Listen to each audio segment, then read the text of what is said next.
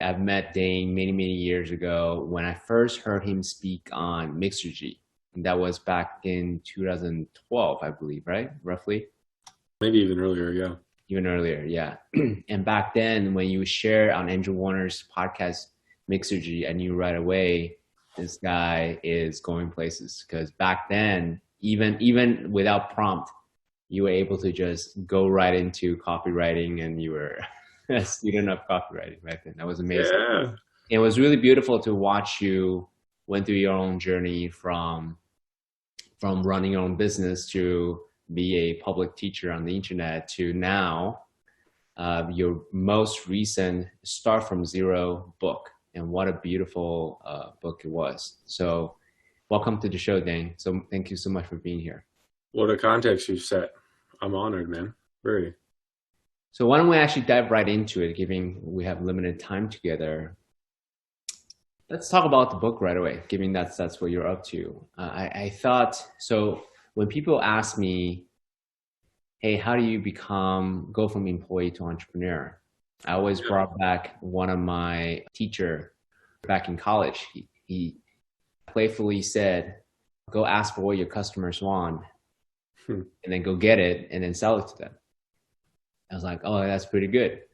But the way you articulate it, it's even simpler than that. You said customer, mechanism, results. And I've been using that as a framework to share with others. Hey, anyone who is in this time of pivot, that is the atomic unit, customer, mechanism, and results. And then that's the atomic unit of what a business does for your customers.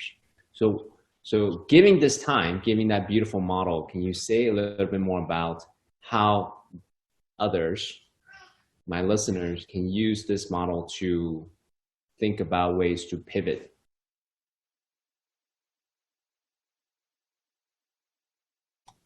Minimizing child sounds in the back. So yeah, customer, mechanism, result. There's in the center of my chest, like right here, if you're watching video, there is a immensity of pleasure and a large sense of joy. It's overwhelming how good business can be. Like when I hear the word business, I think first my conditioned mind thinks Lamborghinis, women in bikinis, having six-pack abs, showing people I'm better than them in subtle ways, not directly, but it's very clear that I'm better than you. That's what my conditioned mind thinks business is. My unconditioned mind thinks that business is untapped potential. And so what I have done for most of the last 7 years is I've sat people in front of me and taught them business. But what's happened is they generally give me obstacle after obstacle after obstacle. Like it's just nothing but obstacles. And like I just developed a mind to be endlessly resourceful. But it came to help them. But it came from this sense here, deep right here in the center of my chest behind my solar plexus, that business is untapped potential. So what that means is like, the employee mind says unconsciously, like an employee's not actually thinking this consciously. Maybe they are, but they're thinking, I'm not worthy of my own business. But they won't even know. If we're speaking to the employed entrepreneur, the first thing I'd speak to is that I don't even think they know, they're aware that they're like, yeah, I'm not really worthy of my own business. It might come up with like, oh, I haven't found the idea that I want, or I need an idea first, or I need money to get there, or you know what, I need a lot of time to get there, because it's so easy to deceive ourselves. There's a book called The Logic of Deceit and Self-Deception. And I think I read in that book, like genetically, we're actually a little bit wired to lie to ourselves. Genetically, we're programmed to lie to ourselves. Is that what Okay, that's interesting. I think I read that. I mean, it makes sense to me. Like it's, like let's say you're in a relationship you don't want to be in, but like you don't want to be lonely, so you lie to yourself that you like them. Or, let's say like starting a business is really risky. And so it's like really terrifying. And there's like this giant fear that you would end up living in a box and you wouldn't even be able to afford McDonald's French fries or something, So you're like, oh, yeah, no, I'm waiting for an idea, but it's really something else deeper. So it's interesting, and then it could, I talked to a buddy of mine the other day and I asked him what he wants to be known, like what he wants to do. Not what do you want to be known for? I didn't ask that. I said, what do you want to do? And he said, I want to be known. He said, I want to be known for being an influencer in the digital marketing space. And like, we all have intuition. Some of us are more tapped in than others. And my intuition just screamed, no, that's BS. There's no way that he wants that. But I didn't say that. So I asked him, I said, is that what you want really? Or is that what your like secret inner identity wants that really believes it's unlikable? And it's got this strategy to become likable. And he's like, yeah, that's actually right. He's like, I don't actually want that. I just want to play guitar and make music. And I didn't just thrust that on him. I didn't say, hey, you believe you're unlikable. He told me that moments before we were doing some deeper identity level work. So the deeper identity level work, man, is fascinating. So it's the deeper identities that we're not conscious of that will just direct us like puppets on strings. And so if you can target the deeper identity and even get real clear on it, and then find, say, what your deep values are, you can sort of supersede identity. And then you'll just sort of naturally want to do this. Like, there's most of us, myself included, can find ourselves at war with the actions that we want to take. Like, I want to do this, I don't. I want to do this, I don't. I want to do this, I don't. I set this goal, I don't. And that war, I think, comes from both an identity and a values, not knowing what your values are. So, for example, I did yoga this morning, and real tough for me because I try to do it with a metronome. So what happens is I do this, and this is do that. I mean, that's the first time I heard people doing yoga with metronome. Yeah. Well, so check this. I mean, there's a lot of stuff I do that's kind of weird, but so it worked. That's one of the reasons why I love talking to you. Well, interesting way to look at the world. That's awesome. I love that. Well, I'm interested in what would bring results. What would end the chaos in our mind? And we're talking about, the question is from employee to entrepreneur. And so what I'm talking about is I'm taking a little bit of the detour to show you that's not a detour at all. To go from employee to entrepreneur, first you need to understand the deeper identity that's at play that's keeping you as an employee if you don't want to be. Because if you're saying I want to be an entrepreneur and I'm currently an employee, then you're lying to yourself. If you're lying to yourself, then you need to look at what the deeper identity is that has you lying to yourself to stay in that place. And also, you want to understand that like you might even be genetically wired to lie. So you don't need to beat yourself up for it. It's just an automatic thing that happens for self-preservation because you're trying to keep yourself alive. And so if you're lying to yourself, no shame, because it's so easy to lie to ourselves. All right, so here's a metronome. That's real loud. So it's 3/4 time at 40 beats a minute. So I sit there with a yoga posture and I go, and out. And I keep this on. Down dog, hold it. Down dog, hold it. And I hold down dog for three of in and out breaths with this. And what this does is it hypnotizes my brain a little bit and keeps me going in yoga. Otherwise, my mind will trail off, or my mind still trails off, but I still keep on that breathe beat. I love that. Thank you for sharing that. It's quite a hack, because I don't know if you've ever done TM, Transcendental Meditation. It's similar in that way. You use a mantra as a way, a guardrail to kind of guide you along your meditation. In this case, use the metronome as a guardrail to guide your yoga practice. Yes. Yeah, it's really nice. And now here's what happened. So I did yoga and I'm in down dog and I'm looking at my legs. And I'm like, God, my legs are freaking ugly. I was like, whoa, where'd that thought come from? Oh, and then I could feel right underneath my belly button a deep, deep tension. And then I felt, since I've done a fair bit of metacognitive identity work, metacognition being able to see a meta layer over your cognitive mind, I feel an identity. Oh, are you allowed to cuss on the podcast, or to keep that cuss free? Go for it. well, okay, it's not nothing too major, but like the identity is, oh, you're a piece of shit. So I'm looking at my legs. I'm like, oh, my legs are ugly. I'm like, whoa, where's that thought coming from?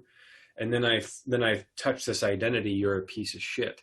And then on the down dog posture, I walk my feet towards my hands. So I walk, so like I'm on forward fold. And as my feet walk towards my hand, I can feel the identity of piece of shit come alive because I'm identity lives in the body because the body is the unconscious mind and identity lives in the unconscious mind. So I do yoga to wake up to identity. And so that's why it's difficult. So as I'm walking forward, I can hear you're a piece of shit.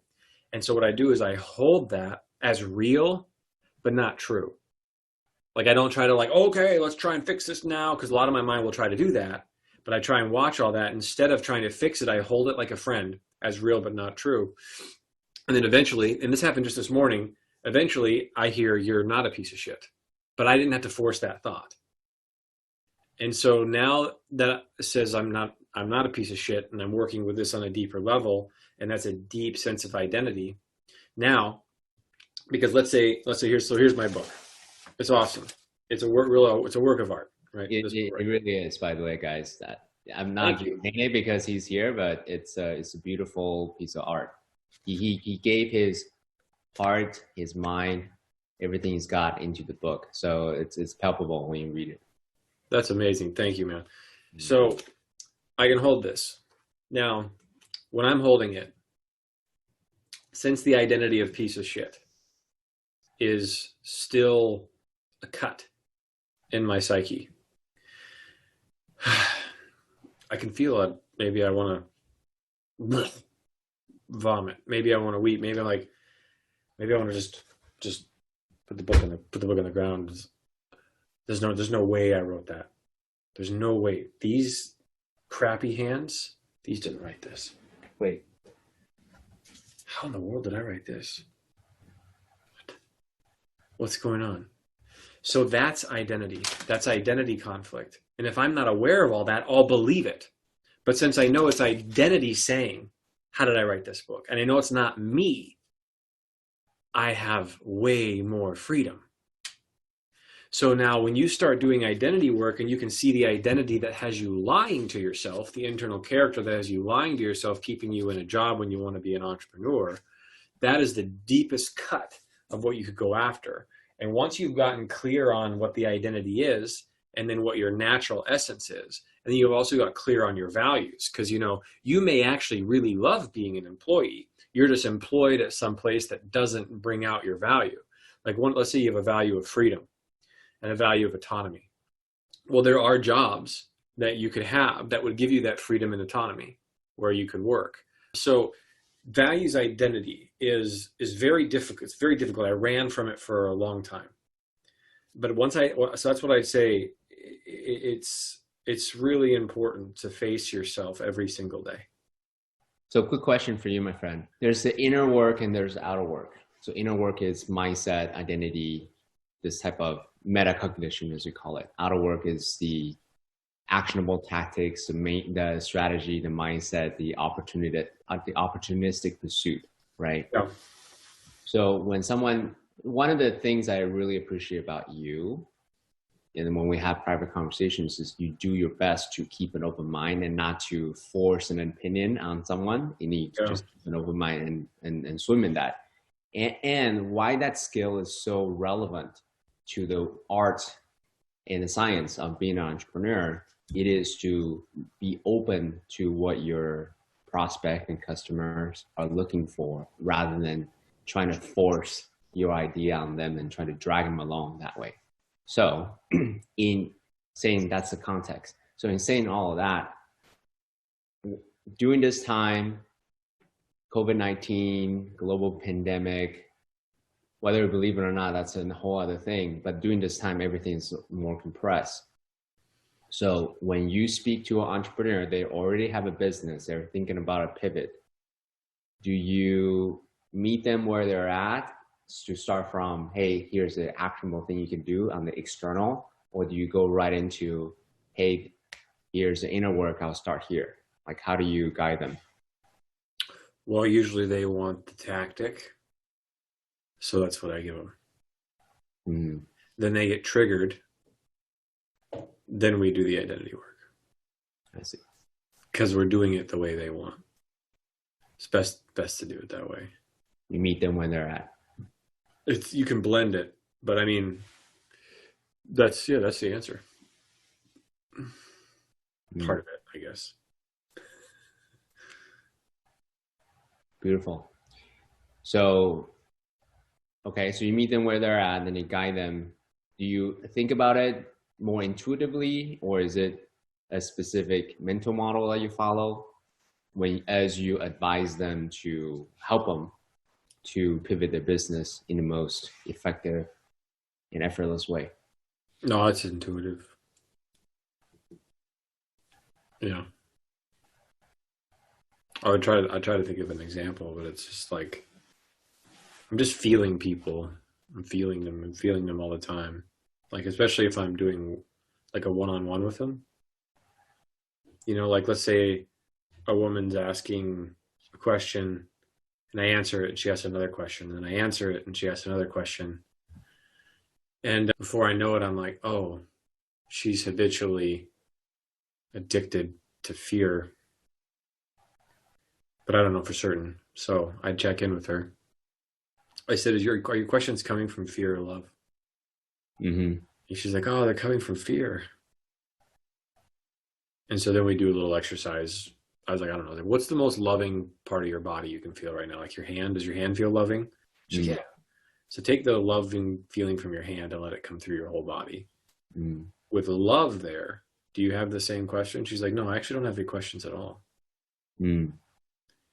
And I use love quite generously in business. Like, I feel a deep love for most every customer that buys from me. Mm-hmm. And I think we need to literally love the people that are coming into our world, especially people that transact. I had, when I was 26, I had a customer sign up, and he signed up to a product, and I was so damn excited. And I said, well, thank you for your time. And I hung up the phone. I was like, woohoo! Yeah! Like, I just like celebrated. I got the chance to meet this guy like 4 years later. And he said, hey, by the way, I got to tell you something. When I signed up as a customer for you 4 years ago, you didn't hang up the phone when you started hollering with excitement. I love that. Yeah. And I was like, oh, crap. Oh, crap. And I was like, what did that make you think? Uh-huh. And he goes, honestly, I felt honored and excited. He's like, I felt really appreciated for being a customer, that you would holler that excitedly about me signing up. That guy bought not only that product, he bought my second product, then he bought a third product, then he paid me $50 an hour to do whatever. And that was $50 an hour was a tremendous amount of money for me at 25, 26 I was. And he just wanted to spend time with me. And he felt how excited I was to serve him. And that's a very important, because like, it's like, okay, how do I find an idea? How do I get a product?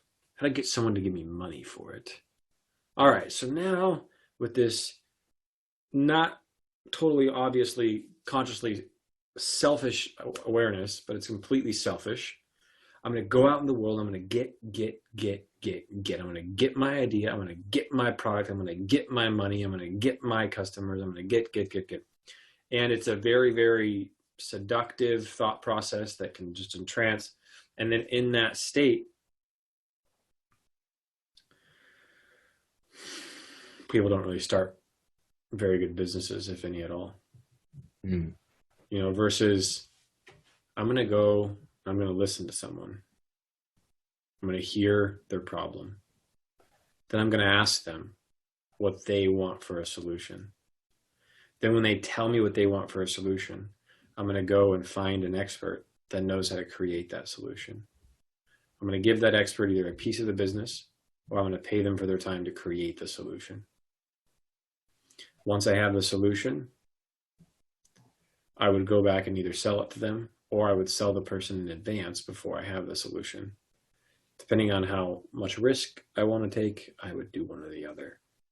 But it's such a profound shift because now it's one's based in service, one's based in what get. What's my Amazon product? What's my Shopify drop ship product? What's my, well, it just, I get the same 24 hours in a day that anyone else does. And it doesn't really take that much time to listen to someone. Like you could spend like 4 weeks trying to find a great product, or you could spend like 10 minutes talking to someone. We can go so deep in everything you just said. Yeah. For anyone listening, we'll definitely go get Dane's book, Start From Zero, because in that book, he had a really elegant 5-question framework as a way to do very effectively and efficiently do customer discovery or customer development process. You really understand what your customer's pain and ideal solutions, and then whether or not they'll pay for it. So, quick question there. So when I really like the way you articulate customer mechanism results, and then right away you go into, I don't want to be the person, I don't want to be the tactician to fulfill the mechanism. Correct. That to me is unique in a sense that most entrepreneurs are experts or tacticians or world class at the fulfillment of the mechanism part. So I come from the world of academics, world class experts, Nobel laureates, right? So we're trained to think that we got to be the expert because we know the space so well. Let me go do this. But you came from the world of entrepreneurs, and right away you go to, I don't want to spend the time to fulfill it. Let me hire someone else to create this loop, customer mechanisms and results. So I'm curious, as you are thinking about the problem space you want to serve, the person you want to serve, the problem space that they have, do you have an additional filter of, do I like working with this particular person? Am I really, really good at it personally? Am I passionate about it? Do I enjoy these type of, they call it purpose driven, right? Do you think about it in that way at all? Or is it literally just, here's an opportunity, customer, results, and then mechanism? I don't know. I really don't know, because I could say I'm pretty sure I do that. I'm pretty sure I do that. Like I won't solve just any problem. Like if they gave me something, I'm like, I don't want to solve that. So I don't. But if they give me a problem, I'm like, oh, I'm curious about solving it. Like I generally pick a problem that excites me that I want to learn about. That's about it. Oh, that's about it. Yeah. Okay. All right. I like it. You kept it simple. Yeah. And do you care if it's because there's a who, right? The who. So I'll actually make it personal. So at one point when I was starting in my earlier days, starting businesses to help, let's say plumbers or dentists or Rotarians, people in Rotary clubs. And at some point I realized that I don't necessarily look forward to hang out with my customers per se, not because they're bad people, just personally I like to engage in this type of philosophical conversations, right? And then my customers at the time were not of this type of conversations, so henceforth I wasn't so interested. So then I came across a test called the airport test. Is they ask, hey, if you were stuck at the airport for 6 hours, would you want to go talk to your customers or not? So I was like, oh, okay. So not, so therefore, let me step away from that. So I'm just curious, do you have, as you're thinking about the audience, the prospect, the customer you want to serve, do you even think about that at all? The airport test, let's say? Or you don't? I probably do half of a good job with that. I think I should probably do that more. because I could probably in 15 minutes sit down and write out the kinds of people that most excite me to spend time around. But I've also been kind of experimenting with surrendering my personality and stepping into karmic responsibility. Say more about that, please. Karmic responsibility. Yeah. Those are big words.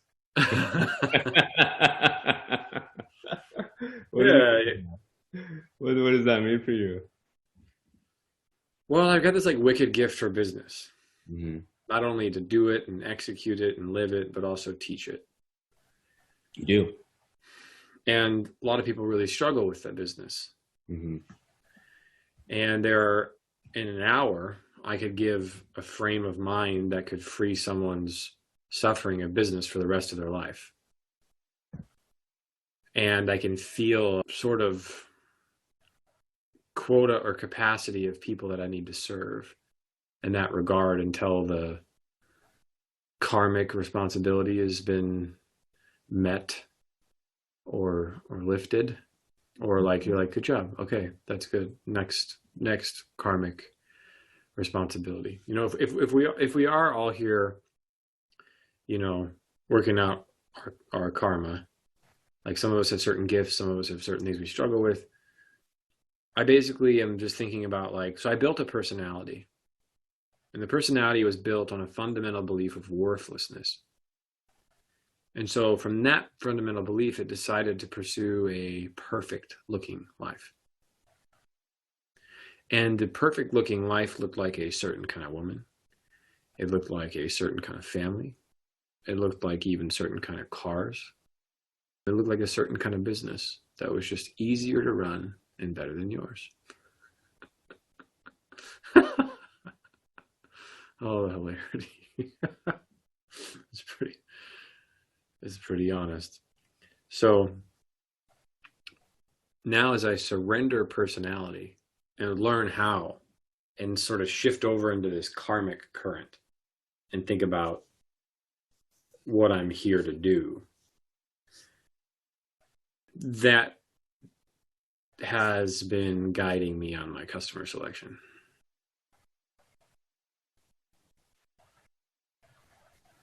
Got it. Thank you. So if I'm hearing you right, what you're saying is it's not so much of a step-by-step mental model. Let me follow, 5-step framework questions to figure out. It's at this point for you, it's more of a, hey, let me just actively surrender and then follow my intuition, the body. Mm-hmm. If I want to serve this person, I'll do it. If I don't, then I don't. So it's more of an intuitive insight rather than more of a mental cerebral process. I think so because I'm very aware at how, I'm not very aware actually, I'm just becoming aware of how much I sabotage good feelings. So part of this thing that I'm calling karmic responsibility could in fact be me just avoiding good feelings and serving people that would provide that. But, that's kind of the divide I'm caught in. But I can tell you, like, so there's 3 or 4 projects I've got going on right now. And so start from zero is so that all people, regardless of their circumstance, could taste financial freedom. I want to have financial freedom for all. Financial freedom for all. And so start from zero is that. And that is, that triggers my worthlessness because, who am I, so to speak, to make that kind of a claim? It's like, and I just let that be a thought. I don't need to like psychoanalyze or just like, oh, new question. Yeah, I do. And it's okay that I do because I notice it, so I don't believe it. So I still have freedom while thoughts are going on. It's really nice. It's like heaven on earth comparatively to like, thought, come, oh, fight, thought, bury, thought, thought, go away, thought, oh, thought, burn, thought, turn lights off on thought. Versus like, oh, I'm just trying that those are all the things I do because I'm believing that thought instead of noticing it. So so I've got this, and this is for like every person in the world. that wants financial freedom. Now, realistically, as it was written in my heart for every person, I know there are certain folks that literally just fly with it. So I target those people. Person what? What now? What did you say just now? Certain person what? That will fly when they read the book. Oh, I see. Right. But so I target them. But, you know, I want this in libraries. I want it in 17-year-old kids' hands where their mother's on welfare. You know, like, this is the book for the 17-year-old kid, mom's on welfare, and they never thought they had any value, and they never thought they could ever be worthy of helping another human being. Mm. And they read this and they see that not only are they worthy of helping another human being, but that there's a predictable path they could follow even if they're at completely at zero. So that's that person. And that's like, wow, a spiritual service. It almost feels like a spiritual duty. Like business is a spiritual duty in that regard. I also really like getting rich. So I really like getting rich. So I really software. I love that. That just like rolls off your tongue without just like, that's what Well, I love that. That's awesome. Thank you. I mean, I have moments with it. Like I can say it. It's easier to say after I just said I've got spiritual duties or whatever. So now that I said that, it can be easier to say, you know, just like, hey, I like getting really rich. And you know what? Fuck the little guy. No, you know. So but I also really, really like software as a service, as a business vehicle, is one of the great loves of my life. And so I've got 2 projects going on right now. Well, more than that, 2 ones that I'm building. There's other that are already built, right? But I've got 2 that I'm building, and the customers for one of those is just like, I'm like, oh my God, yes, I love that customer. That'll be so much fun. And then another one, I'm like, oh, those customers are playing at a high level. Am I going to be able to keep up with those ones? Oh, yes, okay, yes. So, I mean, I had a guy who's very, very visible in the business space. He's very well known, and you know, we did a podcast interview, and then at the end of it, he loved what I had to say so much. He asked if I'd partner on a software project with him, and I was like, what? Initial shock, and I just rested into my heart. And my heart said yes, say yes. And so I said yes, but I was like, dude, my heart's saying yes. I don't know why. But now as we've been continuing to move forward and I'm already being introduced to people that are wonderful to know because I said yes to that, because I, you know, sort of settled into the heart space for it. And so those customers are a little like, I'm like intimidated by. There's another set of customers where I'm like, yes, this is so exciting because I really, really know I can help them. And then there's other customers that really, really hit me hard. Like they're just difficult. Sometimes they're just difficult for me to deal with. And I am in all 3 of those at once.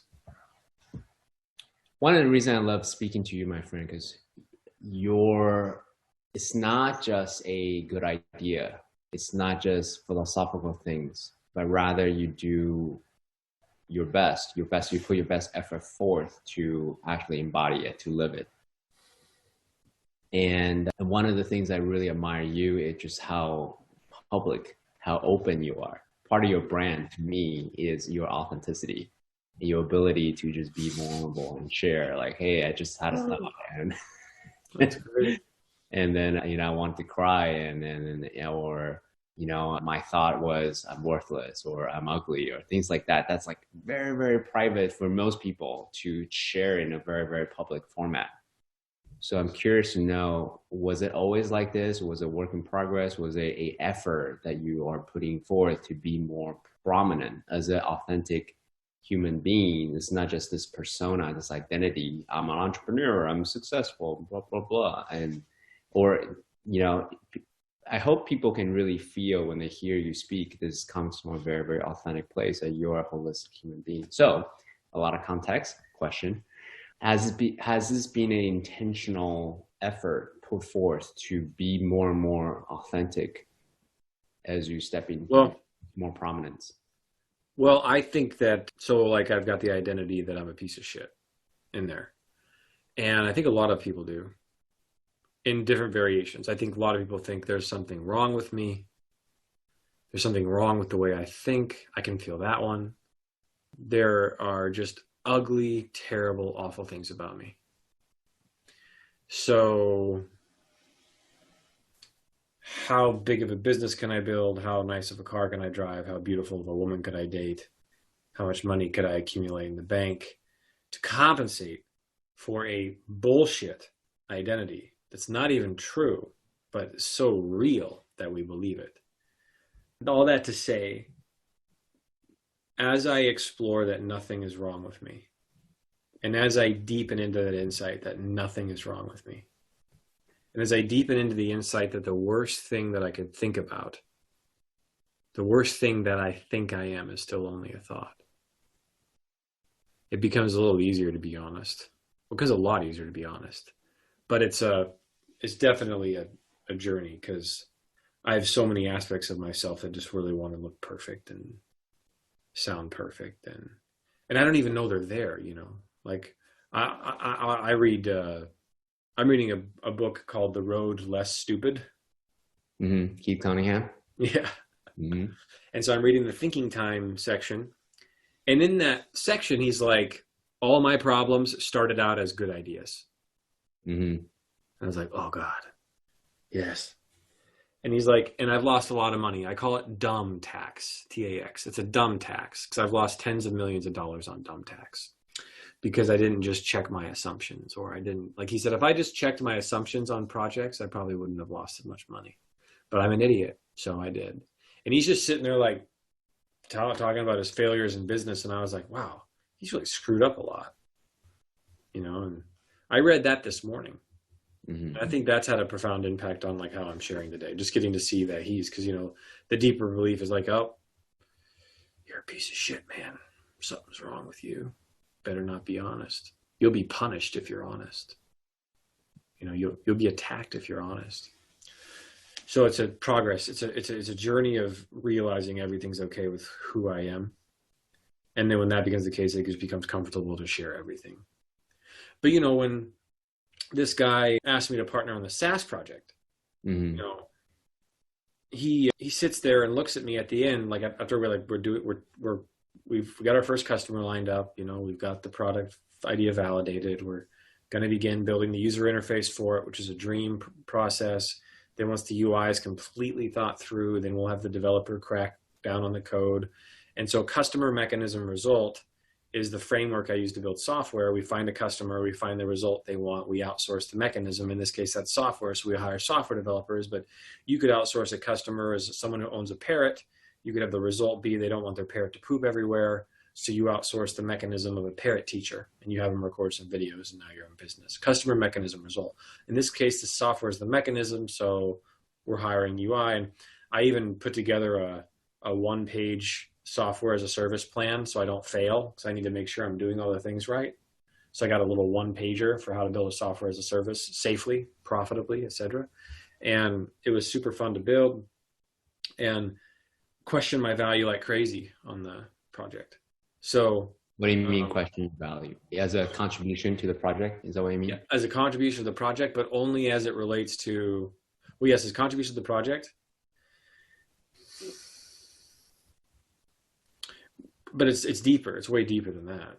It's just unworthy of being here next to this guy who wants to partner with me. And so, I've been too scared to tell him that. And I think I'm going to, because I noticed as I've been moving forward, he's been able to show some of his humanity to me as well. And I'm like, oh, he's not this perfect person I thought. And is nothing like major or anything. And it's only what I've interpreted. To my experience may not even be right.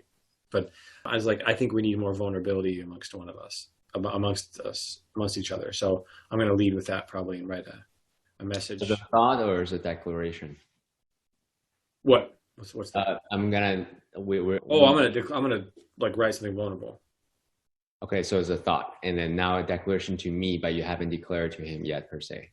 Yeah, correct. No, this is just because I just came across this morning.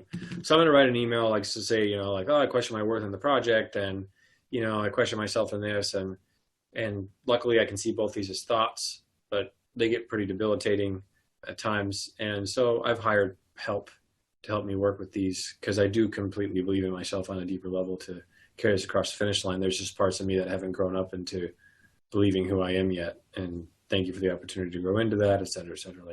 So that'd probably be what I articulate. But, he asked me to work on this project and my life starts falling apart for the next 3 days. My brain starts attacking me.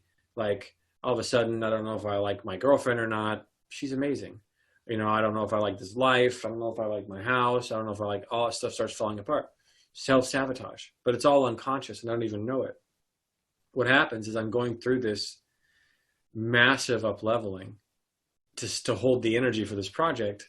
And I don't know if the project will be this big, but he just looks at me and he's just as calm as can be. He's like, by the way, man, I think this project is a minimum nine-figure deal. I was like, is that 100 million? He's like, yeah. And I was like, okay, I'll do my best. I was like, okay. All right. And there's a part of my business mind that could just rev up and handle all the details without any fear. I've actually got that part of myself that's like, all right, 100 million, no problem. Let's do this. Let's get this done. But what I want to do is I want to allow all of my being to be brought with it. So, he says that to me and I was like, okay, yeah, I'll do my best, and then I get off the phone and I'm like kind of in shock the rest of the day, and get help with coaches who can help me step into holding a deeper frame, because the level that I need to play at is so high for this to work that it's calling out my greatest potential, that I'm actually really calm. I'm less needy. Like, I'm not looking at other people's businesses. I'm not looking at what other people are doing. I'm not comparing myself to anybody else. I'm not doing any of that crap, because I'm so far into my potential that I feel so content that I don't need to look at anyone else. But, it was very difficult to and still can be. But this is like the ongoing journey of evolution of identity and how it lives in the body and how it needs space to move. And so if you're just at the beginning phases, for example, where you're okay, employee to entrepreneur. Well, the shift from employee to entrepreneur is one of the most terrifying shifts you could ever go through. And that terror, if not seen and held with love, will wreak havoc on you. You'll think that, oh, you know what? I need my health insurance benefits. I need my 401k. Without those things, I'm going to be nothing. And then if you actually look at the numbers behind your health insurance, you're probably going to have a similar plan for $100 to $150 a month on your own. And then for the 401k, you'll be if you moved all in on entrepreneurship and you got the right training, if you just read Start from Zero until you knew every page by heart, I say within 3 years of 3 years of making the decision, you don't even have to start anything, but in 3 years time, your 401k will look like manure on the side of the road compared to what you can do. Manure on the side of the road. Yeah. I love that. That's very vivid. I get it. I get it. You're like, oh, my 401k is my golden ticket. It's like, nah, it's going to look like manure. I got you. When you can Neil Patel is a big guy online. Mm-hmm. He showed a screenshot once where he sold $36,000 courses in a day. Mm-hmm. And it was a random Saturday. He made 36 grand in one single day on a Saturday. Mm-hmm. So, that's probably, that's a lot. That's one day. So imagine what he's doing in a month. Your 401k will look like manure. Mm-hmm. But so to do what Neil does, you need a mind that fires correctly. Mm-hmm. And to have a mind that fires correctly, you got to be fierce and disciplined, because the mind left to its own devices is faulty. Mm-hmm. If we let our minds to our own devices, we're screwed. We're screwed. So if you're an employee and you don't want to be, the question isn't how do I get out? First question is, how did I get here in the first place? Because if you find the answer to that, that'll undo why you're there. It's like you could ask, so what are the steps to outsourcing? Mm-hmm. Well, we already know the world is made up of energy, frequency and vibration and energy. And we know that people that are more fearful, prone to violence and anger, or let's not even say fearful, people more prone to violence and anger might be more prone to listen to heavy metal music, right? Not everybody, but you get a lot of those people, and then like, if let's say a happy computer nerd like walks by and they like listening to like Backstreet Boys, like the heavy metal guys, because their mind is oriented towards violence and anger, will be violent and anger towards this energy because it's so foreign to them. It attacks what it doesn't know. But what's actually going on is it's just energetic frequency discrepancy. Like, these energies are so polar opposite that they could even form a violent attack on one another. But those Slipknot listening, I love Slipknot every once in a while, but like for like these violent, angry listeners, they aren't even seeing that nerdy guy. They're only seeing their mind. They're seeing their mind's projection of that guy. This is all a little bit esoteric, but it's basically to say that everything is energy, and the intellect doesn't want to get this, and the intellect even fights it. It says, no, that's too weird. It's too esoteric. But if you hold your hands a couple inches apart, you'll start to feel heat between your hands. That's energy. That's very real. That energy is all around you all the time. And so your energetic vibrational frequency is one of not trusting yourself, not listening to your own inner voice. So inside your energetic being is conflict. So because you have conflict at the basis of who you are, you now go into situations where you have conflict and you try to get out, but you haven't undone the very reason you got there. So if you want full holistic shift, like let's look at the outsourcing situation. What are the steps to outsource? How do you make your first outsource hire? What are the steps? What are the job sites you go to? What do you say in your job description? How much do you pay? How many hours do they work? What tasks do they do? What are all those things? Well, good news is those tasks are answered 100 times in 100 different places. You can find them online. What you won't find, and what will provide the greatest benefit, is for you to resolve deep in your being, one, that you're worthy of a great life. And it's not just a thought, it's a lived experience. You're worthy of a great life. And in that great life that you're worthy of, you're only going to do things that you enjoy. And if you know you're worthy of a great life, and you know you're only going to do things that you enjoy, it will automatically make sense for you to outsource. And you'll probably outsource in some innovative way that's outside of the step-by-step system. Because you're going to be like, you know what, I really just enjoy, I know I'm worthy of a great life. I don't have to justify this to anyone. I don't have to say it out loud to anyone. I'm just living it in here. And I know I want to just do the things that I enjoy. So what are these things I don't enjoy? So you just sit down and you write them out. You know, I don't really enjoy writing or responding to emails. I don't really like looking at Facebook news feed. Okay, but I want to know what's going on in Facebook. Okay, so you hire someone from the Philippines for $300 a month. And you teach them what you need to teach them so they can respond to 80% of your emails for you. So you now got your emails down cut in half. Then you also have them scroll through your Facebook newsfeed, and you have them share only important news and positive things with you once a day in email. Right? I like that idea. That's an interesting one. But yeah, that kind of implementation is your own unique snowflake, your own unique version, your own unique fingerprints version of meditation once you got clear at a real deep level. Because, you know, I can give some of the most mind-blowing tactics in the world, you know, speed up a webinar to 115% playback. No one will really notice. You'll speak faster, you'll hold attention longer, you'll get to the offer faster, you'll increase your conversion rate. You'll sell more products on webinars if you increase the speed to 115%.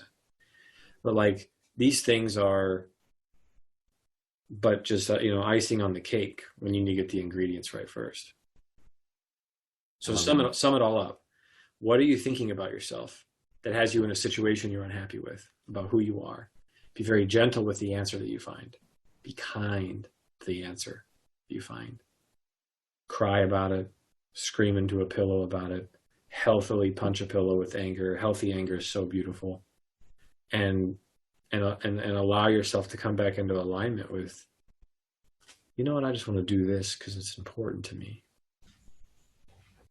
Because Success doesn't mean anything about who we are.